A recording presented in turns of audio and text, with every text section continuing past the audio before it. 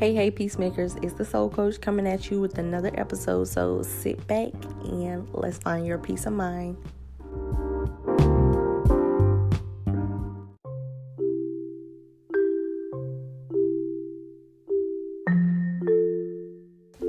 This episode is called Minding My Mental, and it is featuring Precious Jewel, the CEO and founder of nonprofit organization Black and Depressed. So sit back and let's get into this interview.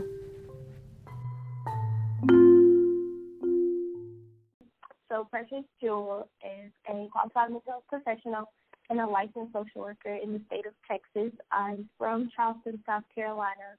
I got my bachelor's at South Carolina State University in Orangeburg, South Carolina. Currently working for the state of Texas. I've been in social work probably since I've graduated. I've never really had to problem finding a job. So I guess for like almost 5 years, I've been in the social work field.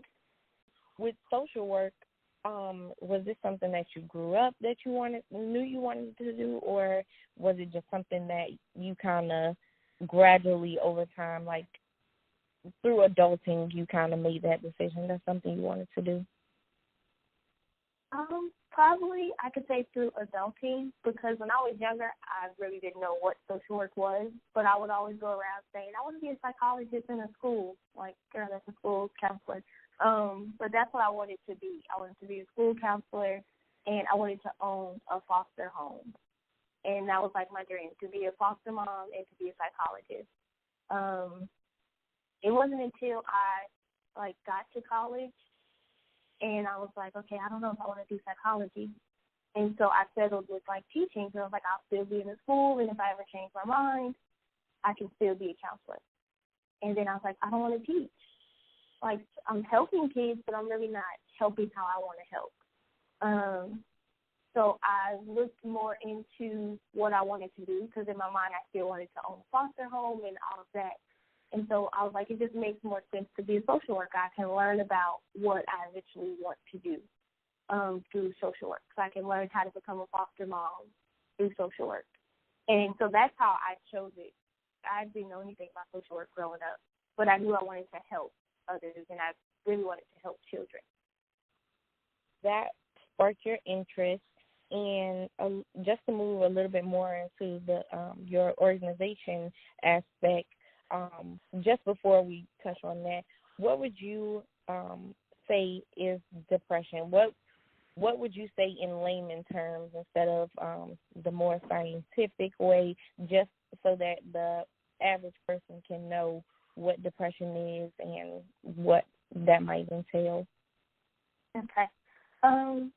So I would say it's a mood disorder. It affects your mood. It affects the way you think, the way you feel, just your life in general, like how you do things or what you choose not to do, like you lose interest in things, or you start picking up on maybe bad habits because you are depressed and you don't know how to really cope with it. I hear a lot of people say, oh, you have depression, oh, that means you're sad all the time. And it's just like, sadness isn't the illness, it's a symptom. So I want people to get out of the mindset that depression automatically means sad. It's just one of the symptoms. And my symptom could be sadness, but your symptom might not be sadness. It could be, irritability. So I want people to understand depression is a mood disorder, and it affects everyone differently. It affects everyone's mood differently, but it does affect, your daily living. So, yeah. So have you had any experiences with depression? If so, how old were you, and how did you end up coping with it? I think I was depressed before I knew what depression was. Because for me, depression would come out as like I said, irritability, just really frustrated, just really angry, not understanding why I'm so emotional. And that was since I was really young. And not saying that my parents didn't know anything about depression, because my mom battled with it, but I don't think they understood that kids could also battle with it. So I would get the stigma of, oh, Precious just always got an attitude. Just leave her alone. She don't want to be bothered. Not understanding, it might be something more. But I can honestly say I think I always battle with depression. We just didn't realize it was depression.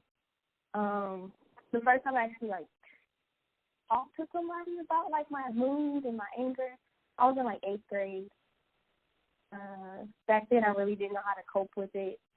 I didn't actually learn how to cope with it until, maybe college. But just a lot of, suppressing it back then.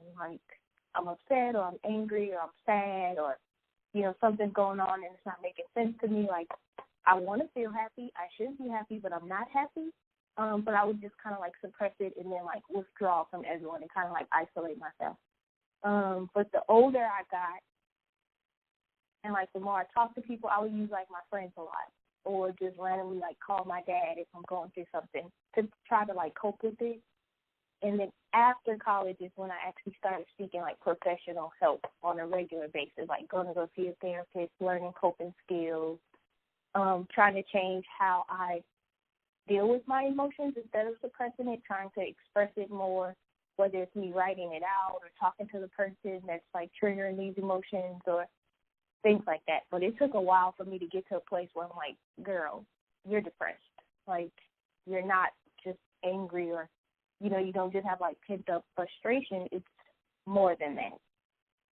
Yeah, and one thing I was going to comment on is a lot of people, in the Black community, when you're growing up, it's just like you said, oh, she has attitude, he has an attitude, he is a bad child, he doesn't have any home training, or she doesn't have any home training, or she just doesn't want to be bothered with people. It's just we're throwing all these negative things on it because we've all done it before. We've actually been educated on what depression is. So it's just we tend to throw a lot of the negative things on it instead of asking someone, well, what's wrong? What's going on, and understanding them. So what are, you said writing things down and talking to the person who was triggering you. What are some other healthy ways that you've learned how to cope with depression? I think my biggest thing is going to therapy. I feel like everyone should go at least once in their life. Mm-hmm. But that has helped me probably the most out of anything, going to see my therapist and actually, engaging and using the stuff that she's teaching me and being open and honest about what's going on with me or, well, I didn't do my homework this week, but this is why, and, or why does this keep happening to me, or why is this still triggering me? Just going to therapy and actually engaging. Exercising, whether it's just exercising in my living room or, taking a walk or a jog, that helps me a lot. Reading, even though I know people are like, I can't read, my mind's wandering, I can't focus on that. But reading helps me, or listening to an audiobook kind of helps me cope and calm down and take my mind off of, whatever is getting me down or getting me really, really anxious, because I suffer from anxiety as well. So if it's, if I'm going through a period where I'm having a depressive episode, I try to do things that bring me joy. So reading, exercising, cleaning my house, cooking, or just leaving my house, whether it's going to go check the mail or ride my bike or whatever, but getting out of the house. If me being in the house is what's keeping me down, then I try to get out of the house and just leave and go do something. You don't have to spend money to cope. I feel like people think you're supposed to spend money to cope or engage in self-care, and you don't have to do that. And then I think I mentioned it already, but writing things out. So I try to keep track of my depressive episodes. So, okay, well, I'm depressed today, and what happened today? Trying to journal out my day to figure out what's triggering it or what's getting me down or what was I thinking when my depressive episode started. So that's a really big one. Probably therapy and writing are my big two coping skills. Yeah, I started going to therapy for counseling last year when I was showing symptoms of anxiety, but at first I didn't know it was anxiety, my doctor thought it was hypertension, just because of like it was dealing with like my weight and like different things that were just triggering me. And once we started talking more, and she told me, she was just like, okay, you need to call Military One Source because I'm in the Army Reserve. And so that's one of the free tools that we do have. They actually refer you to a counselor, and it's for free. And so I went to counseling, and the things that you were talking about and being open and honest, that actually helped me while I was in, well, because I'm still going to counseling, but I'm not going as frequent because I'm more upbeat and everything. So I started going, and then I handled the anxiety symptoms and everything, and then I started, I picked up more frequent, I picked up more appointments when I went through my miscarriage. And so I believe that during that time I didn't get deep in depression because of me with that preliminary, like going to counseling before and having things in place already. So once one thing happened and another thing happened, I was able to cope with it as much. And I do listen to podcasts and stuff, and I journal as well. So I can attest to the things that you said that actually help with coping. Yeah. Like, I feel like it's a tool. I think you used that word, but it's definitely like a tool to have, because it's, like you said, things that happened to me while I was, in therapy, and I'm like, man, if this would have happened like a year ago, probably would have had a mental breakdown. Like, yes. And that's one of the, go ahead. Oh, well, I was just going to say, because I think about how I was without therapy, and then I think of, like, where I am now, and even, like, my friends and my family, they see a difference, and they're just, like, now they're interested in going to therapy, because, like, man, therapy changed you, and it's just like, well, I think it helped me. It opened my eyes, or it gave me a fresh look at things, or whatever. So now, like, me going to therapy, and then they're seeing how it's helping me, now they're interested in going to it. Yeah, I feel like, because when we vent to others and they tell us negative things, like, your therapist is not going to tell you anything bad. So it helps having a person who's going to put positivity in your life, and that's one thing that a lot of people don't have. So they should reach out to a counselor or a therapist. So on a positive aspect, what is a quote or a Bible scripture, techniques, or mantras that you use to regain focus and bring you back to a positive state? I guess I'll go with my techniques first, but I try to, like, talk about my joy. So things that are, like, going well, I'll start with that. Or I'll try to think about positive things to look forward to, because I didn't realize until I started therapy that I'll talk about my joys last. I remember when I first got licensed, and I went to therapy, like, maybe the next day or 2 days after I got licensed. And, she was just asking me about my week and what had been going on with me and, like, my family issues. And instead of, like, saying the good news of me passing, I talked about, like, all my family issues and stuff like that. And she was like, okay, well, did anything good happen? And I was like, oh, I got my license. And she was like, you have to lead with that. She was like, you can't keep focusing on everything that's going wrong. So she said, when someone asks you what's going on, talk about your joys first. And so I've been trying to practice that, talking about my joys first. And then if I'm still in a place where I want to bring up the negative, then I'll say it. But I feel like if you talk about your joys so much, you won't have room or time left to bring up the negative things that are happening. So I do use that technique. And one of the quotes that I try to at least say once a week is things are happening for me and not to me, because I don't want to be a victim of, like, oh, I'm, suffering, or I'm battling, or anything like that. I try to look at it from a perspective of things are happening for me. It's a reason this is happening. and it's for my good. It's going to be for my good eventually. So it's not happening to me, it's happening for me.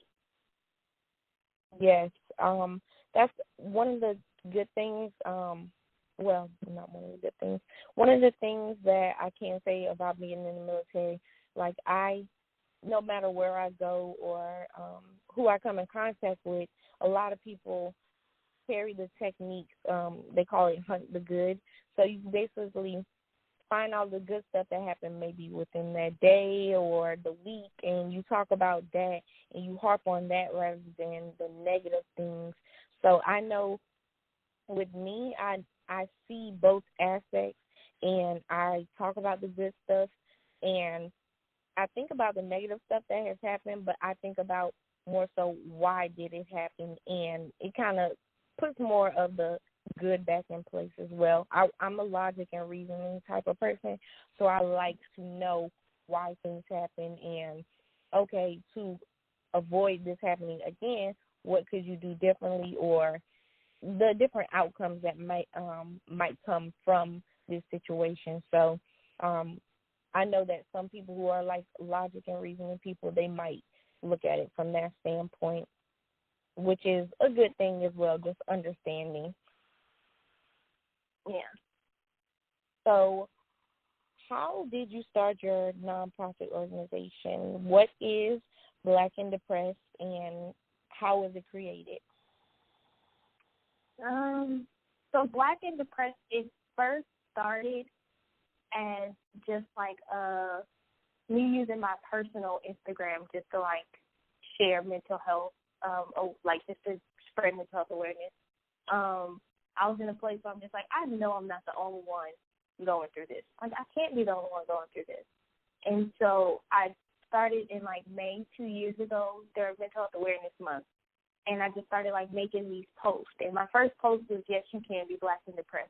And so I was posted that, and I got like a lot of good feedback. And I'm like, okay, so I'm not alone. And so it gave me like more encouragement to post more. So every day I posted something. Like I created a post that was bringing awareness to like mental illness or just coping skills, self-care, statistics within the Black community regarding mental illness.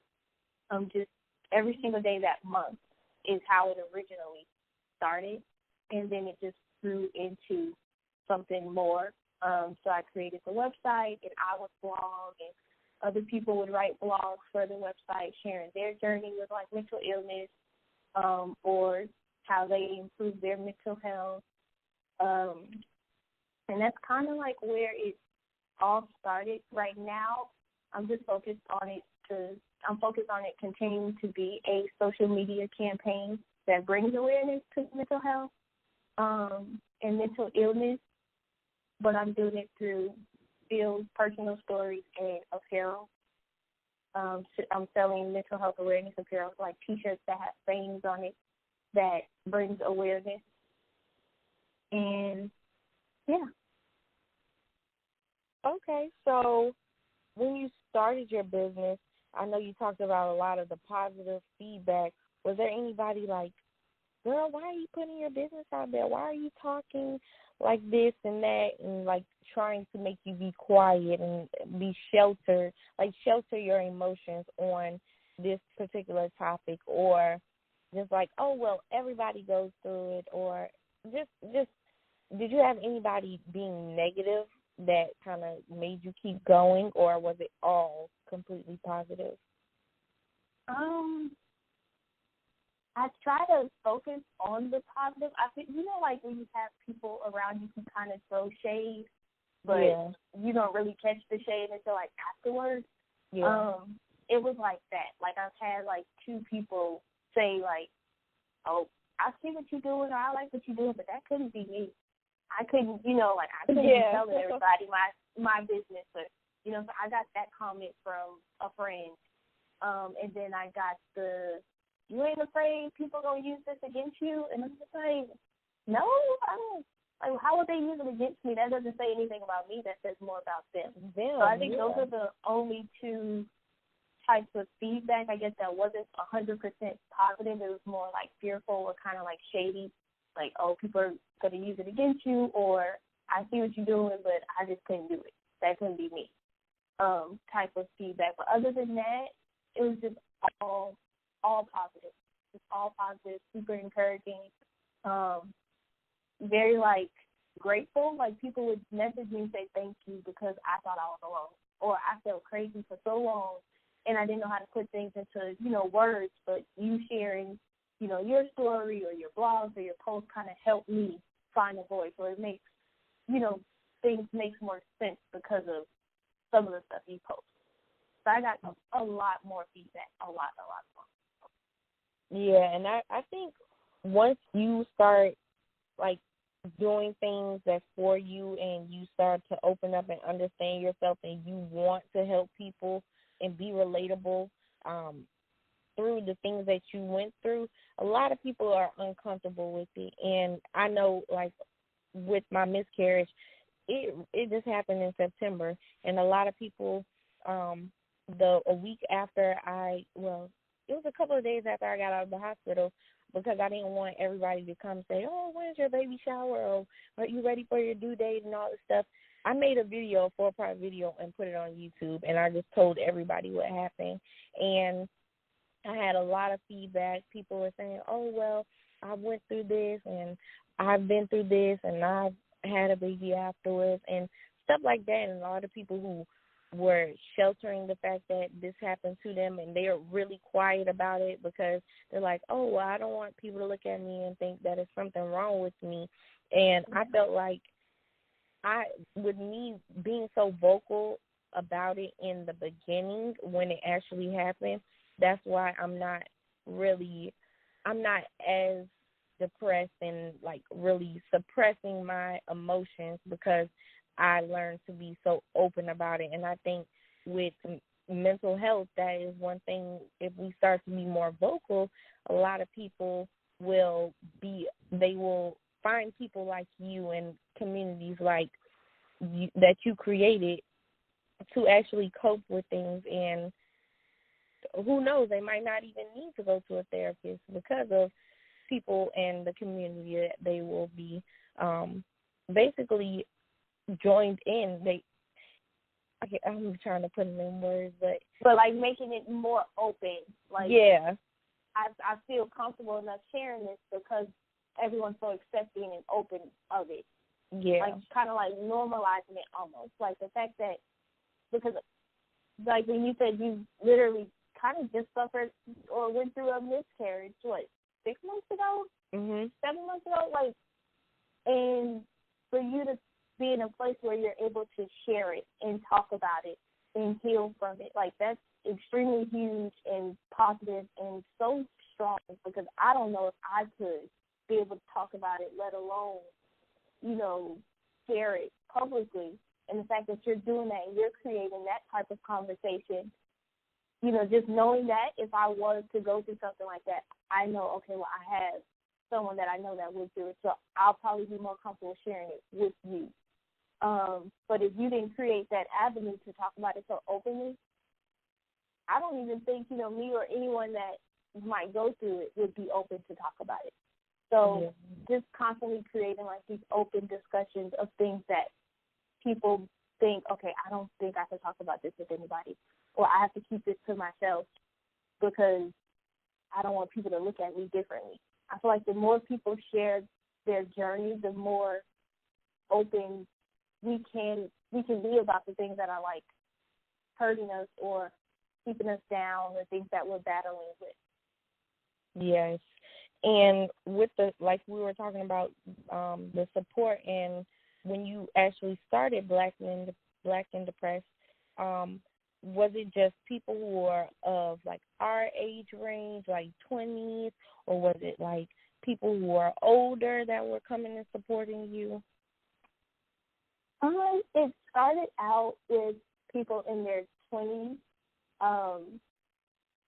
and then I feel like with people in their circles or in their, communities, seeing them, repost some of my stuff or, like, wear my shirt, then they kind of were interested in, like, okay, well, what's that?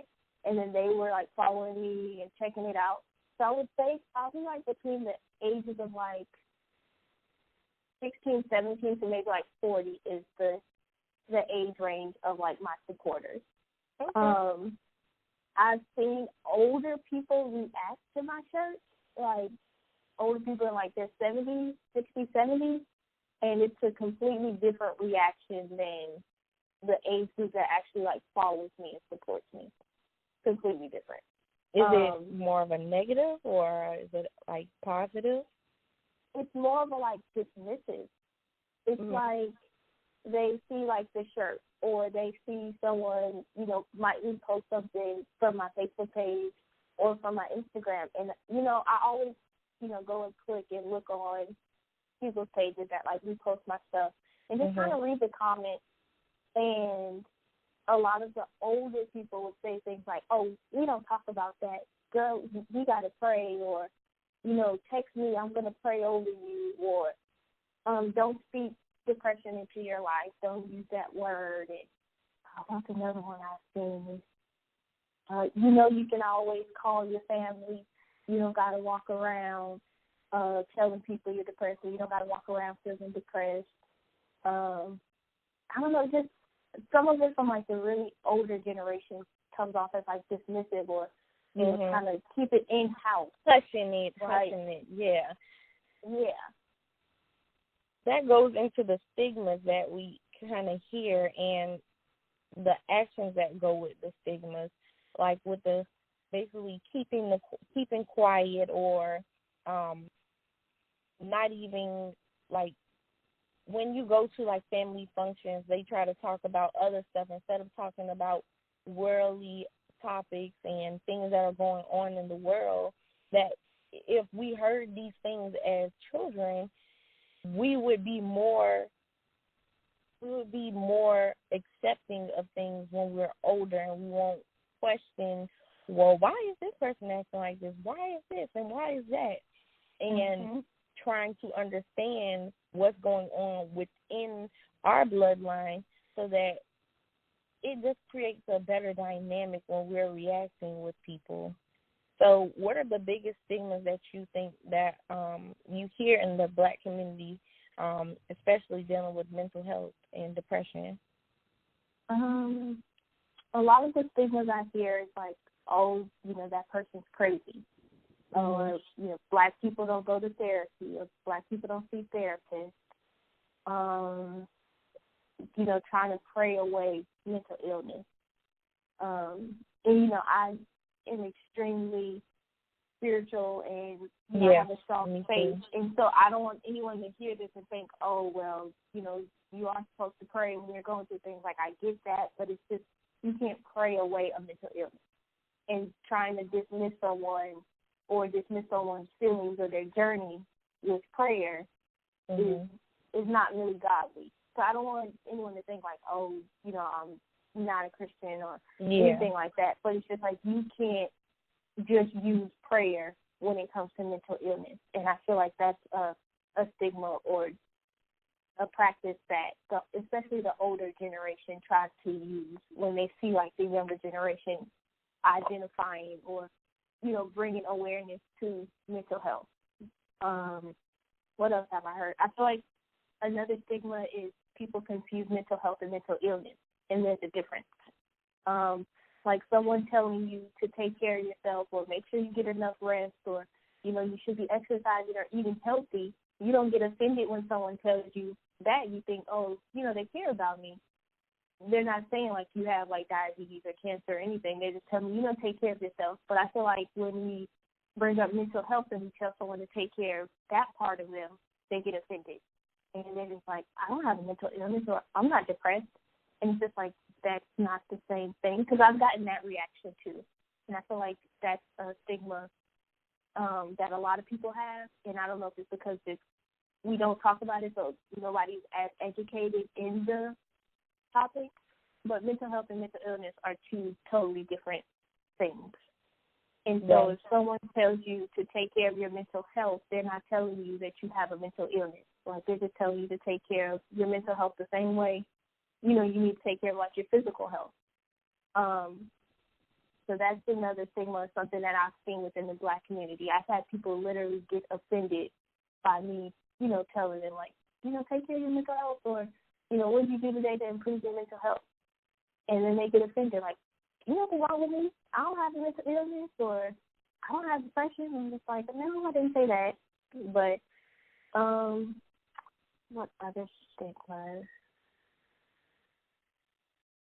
Just to touch on when you were talking about the spiritual aspect, a lot of people, they don't look at the spiritual aspect of it. A lot of the things that go on within our lives happen to people in the Bible. And I can't remember who it actually was, but there was somebody in the Bible who went through depression. And a lot of the older people, they don't think of it as depression because they're just like, oh, they just went through this. They don't know the diagnosis and the prognosis of what actually went on. And so those things, they happen, and we have to understand that God created the earth, and these things that are happening to us and for us are actually things that He wanted us to go through. So they don't look at it on both spectrums from, okay, this is what God did. God placed therapists here. God placed psychiatrists here, and everybody who is in the realm of that deals with mental health. And it's just like how we can't jump rope over the fact that how things got here and why they are here. So it's like, that's just something I wanted to throw out there as well that I was thinking about. Once I find who it actually was that was in the Bible and was depressed, I'm going to put it in the show notes in the description, and I'm going to send it to you as well, just so you can have it for a reference, because I do remember hearing that, and I believe it was on one of the Christian-based podcasts that I listened to.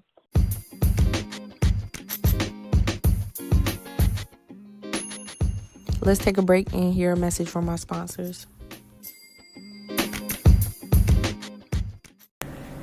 Hey, Peacemakers, it's the Soul Koach, and I have a public service announcement. Yes, I want to get back to the show, but it's really important. So now I have a way for you to contribute to the show bigger, a way bigger contribution rather than you just tuning in. You can do something even more better than that, and that's by going to anchor.fm/the Soul Koach /support, and you can contribute just from that link. So if you didn't hear it again, I'll leave it in the description of the show notes, and you can be a part of me helping you find your peace of mind. Alright guys, #keep smiling.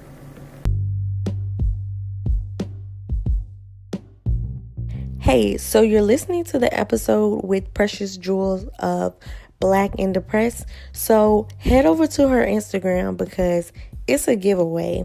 She's teamed up with Good Girls Behaving Badly, and they're doing a giveaway. All you have to do is follow Black and Depressed on Instagram, as well as share this post that says it's a giveaway and tag them in it, and then comment done. Once you do that, you've entered. Enter as many times as you want.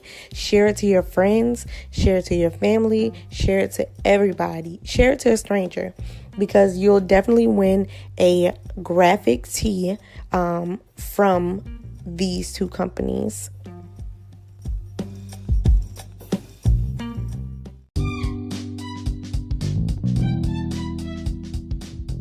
Let's get back to the show.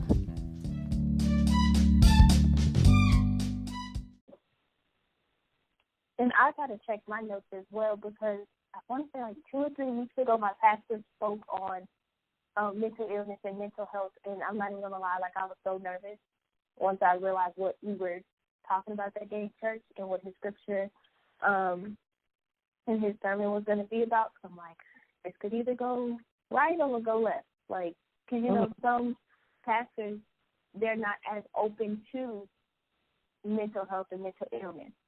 Yeah. And so I was kind of nervous, and I'm like, I don't know. But he basically, what you said, talked about, people have been living with this and battling in this but long before time, like before we got here. And he mentioned a few scriptures as well. So I'm going to have to look in my notes too, because he talked about it a few weeks ago in church. Okay, yeah, I'm glad I brought that up. So that could be something that can be a conversation as well between people who are Christian and people who want to help in the mental health field. So on your website, you have two categories: Black women healed, and Black men cope. Can you explain what the two mean to you and what patterns you've noticed with Black men and women in their process of dealing with depression via your blog? So I started Black Men Cope first, and I started it because I think I have more male friends than I do female friends. And a lot of my male friends, they were open with talking to me about things, but then I guess like in the public eye or like on social media, I felt like they were like totally different, and they had these facades of, everything's good, like kind of like suppressing it and not really like dealing with the things that they were going through or really coping with it in a healthy way. Like I would have a friend that would call me and be extremely depressed and, just needed someone to talk to, and they were venting. But then, 15 minutes after our conversation, you're on social media coping by, like, getting drunk and turning up. Yeah. And I just felt like, not just Black men, but just men in general, don't know how to cope. Like, they just feel like they have to be the provider. They have to be the strong one. Mm-hmm. And if they suppress it and act like nothing's wrong, then everything's going to be okay. And just even our culture and the Black community, we do that, but especially Black men. Like, the minute you see them down, they feel like they've lost their manhood. And so if they can push through and still be that fun person or that person that turns up or that provider or the strong one that everyone comes to, then they know, okay, then everything's good, I'm okay. And it's like, no, you kind of have to find healthier ways to cope. And you need to actually recognize that the way you're coping isn't okay. You're actually doing more damage to not just you, but the people around you. And so that's why I started it, because so many of my male friends were just not coping and just living a totally different life on the outside, but it's like there was so much going on in the inside. And then the Black women heal, I feel like with us, we take on, like, the emotional, I guess, baggage, not really baggage, but the emotional responsibility of everyone because, we're the nurturers. And so, if this person's sad, we start what we're doing to make them feel better. Or, if this Black man is going through it and he's stressed, we try to problem solve with them or be a listening ear and that takes a toll on us. So while we're helping everyone else heal, we're not healing. And so that was my whole point of, like, the Black women heal and the Black men cope. Like, Black men learn to deal with your stuff, and Black women heal from your stuff. You don't have to heal everyone else. Like, heal yourself first, and, everything else will come together. Yeah, so we'll follow in place. Yeah, and that's why I originally did those two separately, because when I did it, I was like, I don't want nobody to think I don't want Black men to heal, but it's just, they have to learn to cope first, because you can't heal if you don't have any coping skills and you don't understand how important it is to cope. I feel like Black women, we know how to cope. We know how to push through and keep it, keep going and push through and, okay, this is going on, I'm dealing with this, I'm dealing with it. Like, we know how to kind of, like, prioritize our emotions better than men. Yeah. And we know how to help other people heal, but when it comes to us, we put our healing, like, that's last priority. And so that was the reason why I did those two for the website. I really, when I was researching and I was looking at the blog post, I was like, I like what she did, because it gives you both sides of the spectrum, and the fact that you have both of them open so that men can read the women portion, and the women can read the men portion.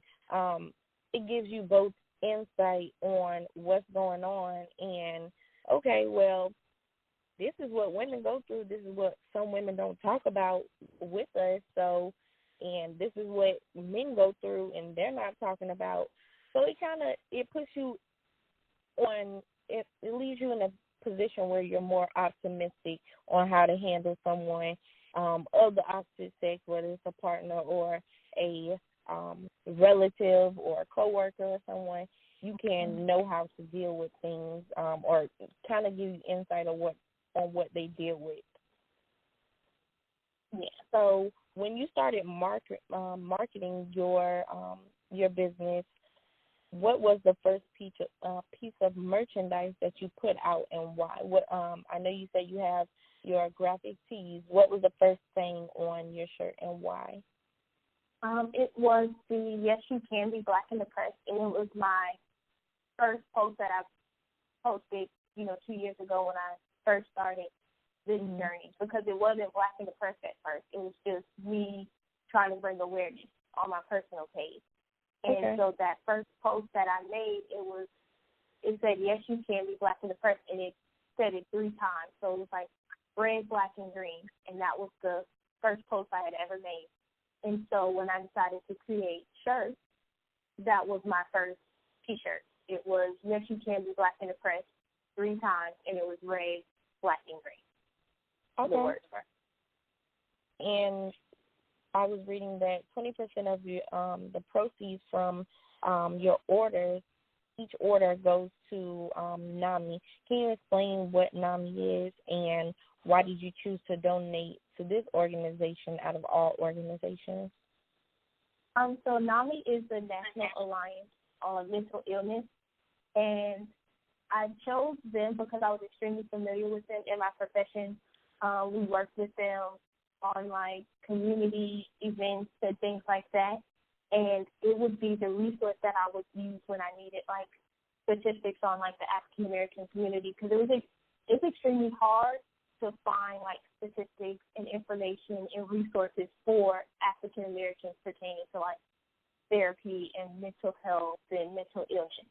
And so they have always been extremely helpful along this journey, as well as my professional journey. So I use them, but I don't donate the proceeds to them anymore, because now I have like a new, I guess, objective, you could say. So now my proceeds go to paying for someone to start therapy. I didn't feel like I was doing, I guess, as much as I wanted to do for my supporters by donating to NAMI. It's a great organization, but I felt like it wasn't benefiting the people that supported me.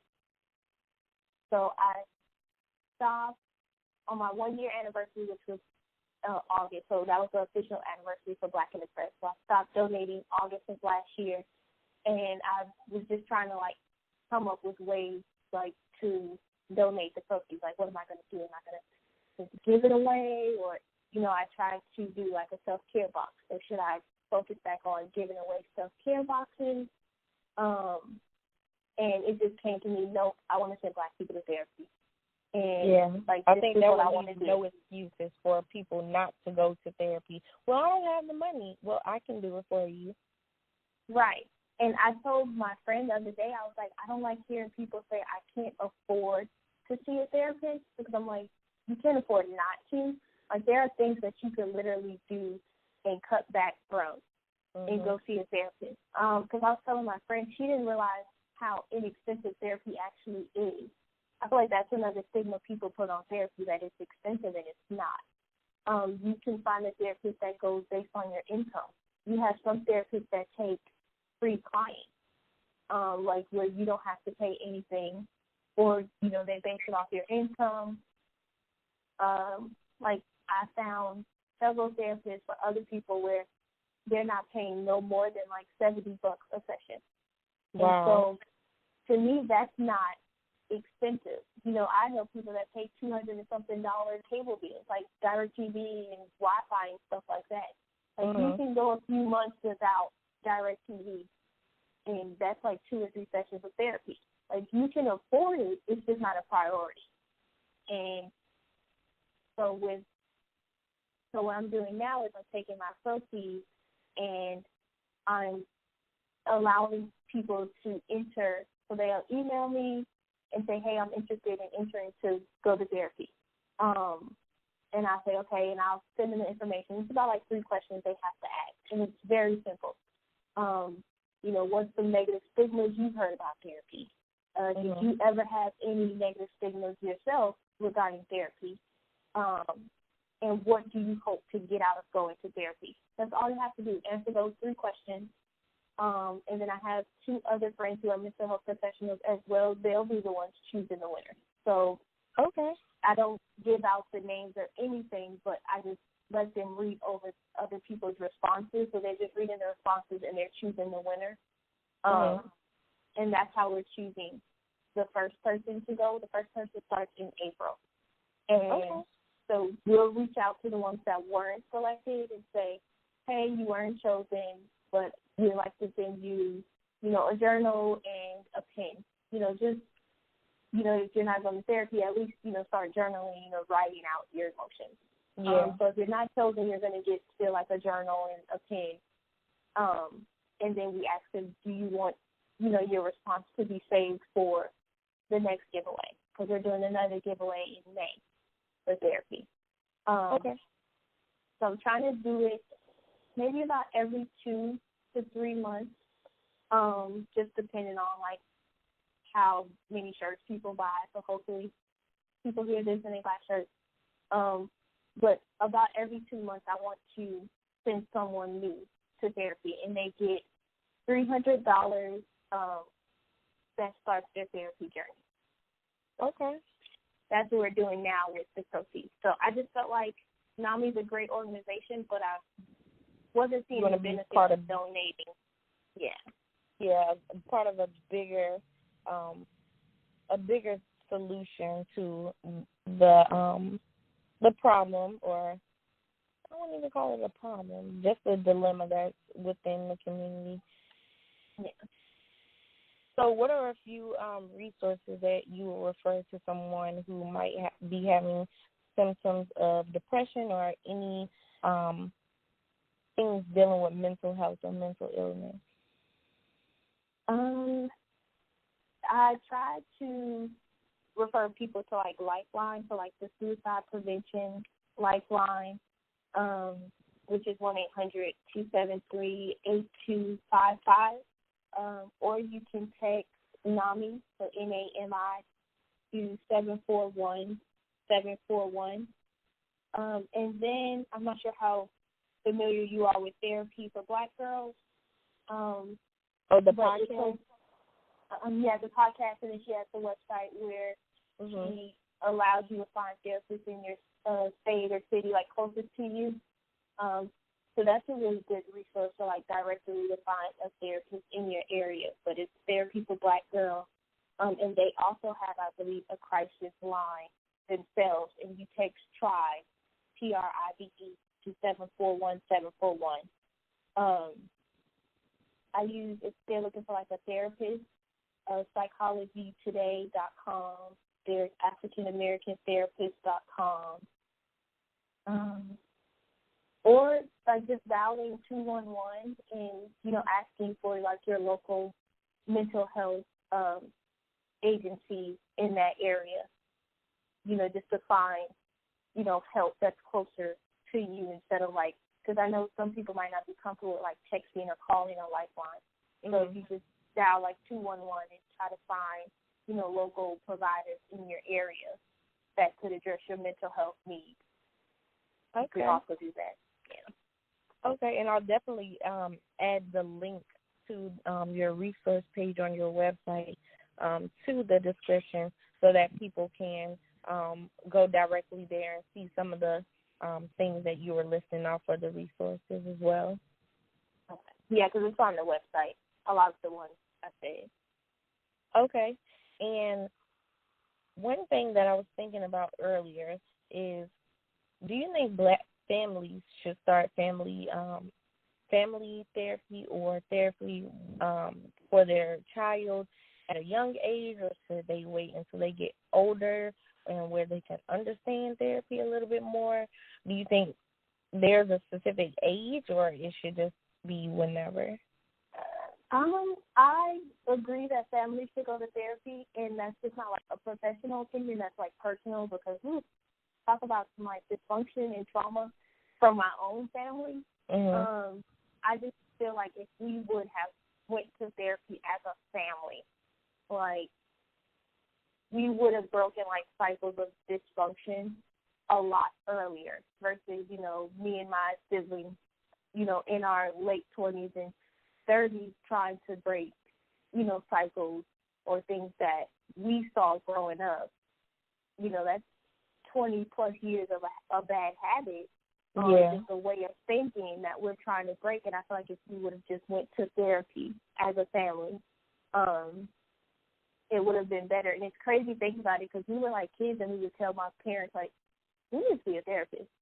Like, like we were like, wow, we were like 5th and 6th grade, and it's like it was just too much arguing, too much going on, and it was just like, this family needs a therapist and stuff like that. And we would like joke about it, but like I feel like we would have benefited from. But look at you now. If your parents would have listened to you, then they would understand what you saw as a child. Right, and my mom brings that up all the time.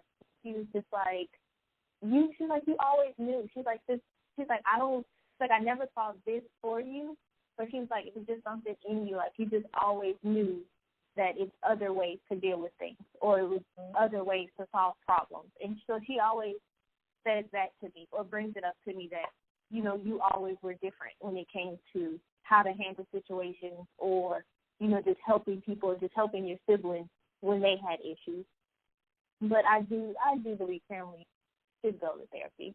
And with like the age, as far as like children, this would be like professionally speaking. I've worked with children at the age of 4. So I have experience working with children between the ages of 4 and 17. And so I've worked with a little girl who battled with depression at the age of 4, and was self-harming at the age of 4, where she's like, she gets sad, or she gets emotional, or she gets angry, and she's trying to like pull out her hair, or she's like hitting her head on the wall, or she's like sitting in a corner and she's like just scratching at her skin, or like pinching herself. And if she doesn't just randomly do it, it's only when she's dealing with these emotions of like anger or sadness or disappointment, and that's when it happens. And so I do believe, even if a child can't understand the terms, I do believe they could benefit from some type of intervention. And what actually helped her when I worked with her was I used a lot of like games. So it doesn't have to be so like, I don't know, like traditional therapy. Yeah, like the talking. Like, it's a different way you can intervene and help children. Like, we did like a lot of games and a lot of different colors, and, you know, I would associate colors with emotions. And so I feel like you can, you know, get your children help as early as the ages of like 4 when it comes to like their mental health. If you see like your child just does not know how to regulate, because children at a they can barely regulate their emotions. They don't understand it. But if it's at a place where, you know, she's 4, she's 5, she should be able to do X, Y, and Z. But she's not doing it. She's taking it from 0 to 100. And if that's not, you know, normal, then, you know, get them some help. Like, there's different resources, different places you can go to take your kid, or even reach out to your kid's school counselor. Like, hey, this is what's going on at home. Are you seeing it at school? You know, are there any resources in the community that could help us? But I do believe children as young as like 4 can benefit from some type of intervention or therapy. Yes, I do feel that is true. So what is some advice that you would give to someone who does know they're dealing with depression, like, or if you were looking back on things and you were going through depression, what would you say to yourself or the people? I would probably say to myself, you're not who you think you are, and you need to talk to somebody. Because for a long time, I really believed, like, I was just this angry, mad, mean, selfish person. Like, I truly believed that's who I was because that's who people told me I was. And, you know, that was some of the, like, the personality traits I was showing, like just always having an attitude, didn't want to be bothered, isolated myself, you know, started conversations with, you know, what do you want? Just felt like bothered by everyone because I felt like no one heard me or listened to me. So, like, I think I would tell myself, like, you're not who you think you are. Like, you're so much more. You just need to talk to someone. Because a lot of it was I just felt unheard. So if you're not going to listen to me, I'm not going to listen to you. I don't care about what you have to say. And I was just extremely angry and frustrated. And I wanted other people to hurt how I was hurting. And I had no idea, you know, why I was hurt or why I was emotional or, you know, sad. But if I'm feeling this way, you can't come around me and feel happy. Like, you know, you need to feel how I'm feeling. So I would just be rude and dismissive. And so just I would tell myself, you are not who you think you are. You're so much more than that. And you need to talk to someone. That's definitely true. We, especially in the Black community, when we're growing up, our families are like, hush, grown people are talking and be quiet and shut up and doing this and that. And it's like, we don't understand it. And I didn't understand it until I got older. And once I got in counseling, and I was like, wow, mind blown.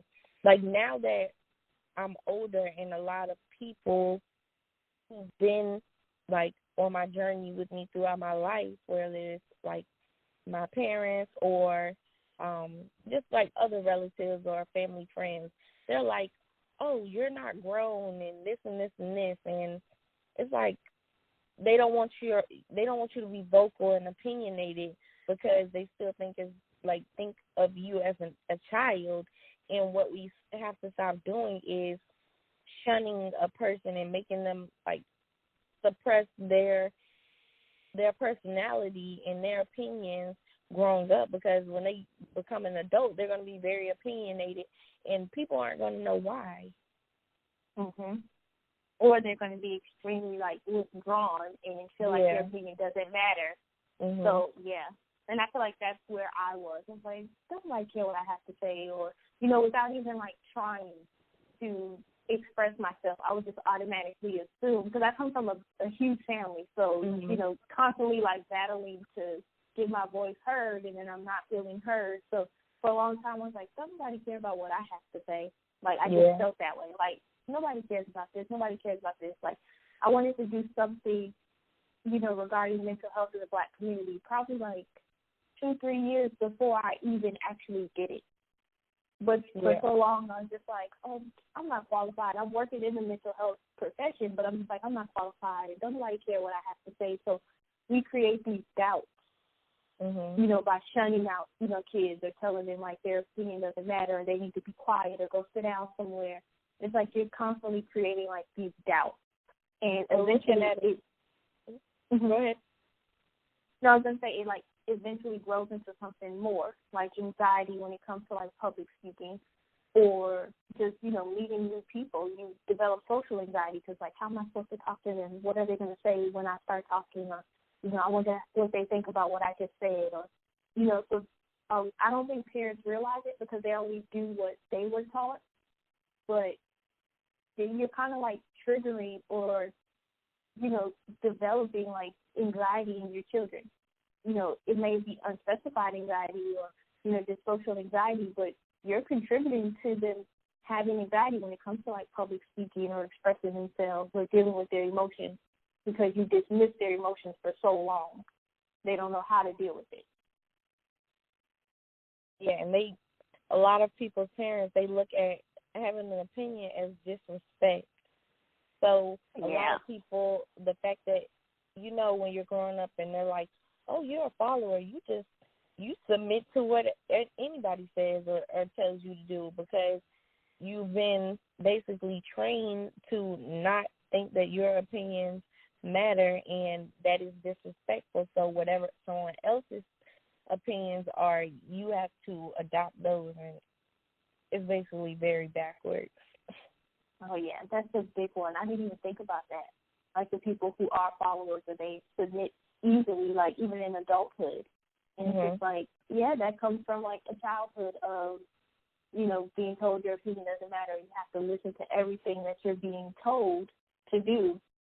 And you're just they're basically training you to be, I never thought about that, training you to be like submissive and a follower. Basically. Yes. This is some things when I debrief from like my day or just random. I'm one of those random people. I'm a Pisces, and I sit back and I think I'm very futuristic, and I just sit back and think on things a lot. And some things just pop in my head randomly. So those topics like this and like growing up and just thinking about behavior things, it's just something that I really have been thinking about, like, as I started evolving as a woman. And so, like, as I gained my peace of mind, and that's kind of the reason why I named my business Peace of Mind, because I started to find a peace of mind within myself because I was doing what I wanted to do and learning who I am, and it became, like, refreshing. So it's like, with your business and your organization, how does that bring you a peace of mind? I feel like it brings me a peace of mind because I'm open. I was extremely guarded, and now that I have Black depression, I'm doing this, I have a chance to be open. And just being able to share and be open brings me a peace of mind, knowing that I'm helping someone, because I feel like that's my purpose. I always say, like, I don't believe that I'm here to do anything else but help others. And even when it's draining and I'm tired, I know I'm living in my purpose. And so just Black depressed in itself brings me a peace of mind because I'm helping and I'm being open and honest about my own journey and my own truth. And that alone just brings me a peace of mind. It's like my own little piece of, like, therapy outside of therapy. I understand that a lot. So where can people find you on social media? And just in general, if they want to get in contact with you, business inquiries, I'm just let you go ahead and say your social media handles and everything. So on Instagram, it's Black and Depressed _. On Facebook, it's Black and Depressed. And my website is www.blackanddepressed.com. And my email address, you can email me if you want to write a blog, if you want to collab and want me on a podcast, or you want to be on my podcast, seriously, who cares, podcast, then you can just email me at contact@blackanddepressed.com.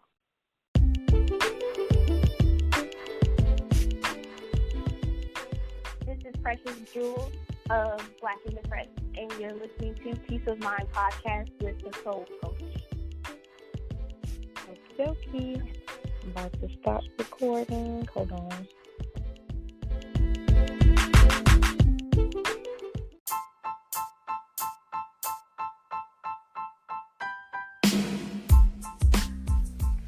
Be sure to cut that notification bell on so that you will get notified every time, whether you're listening on Anchor, Spotify, iTunes, or any place. Just go ahead and make sure notifications are on so you can be told when I am dropping a new episode. And definitely like our podcast and let us know what is going on with you, what you want us to talk about, and we'll keep you informed via push notifications on your app. Definitely check us out on Instagram, Twitter, and email us if you need to at your peaceofmind2016@gmail.com. All can be found in the show notes of all of our shows, our podcast, and we'll be able to hit you up and we can chat, peacemakers.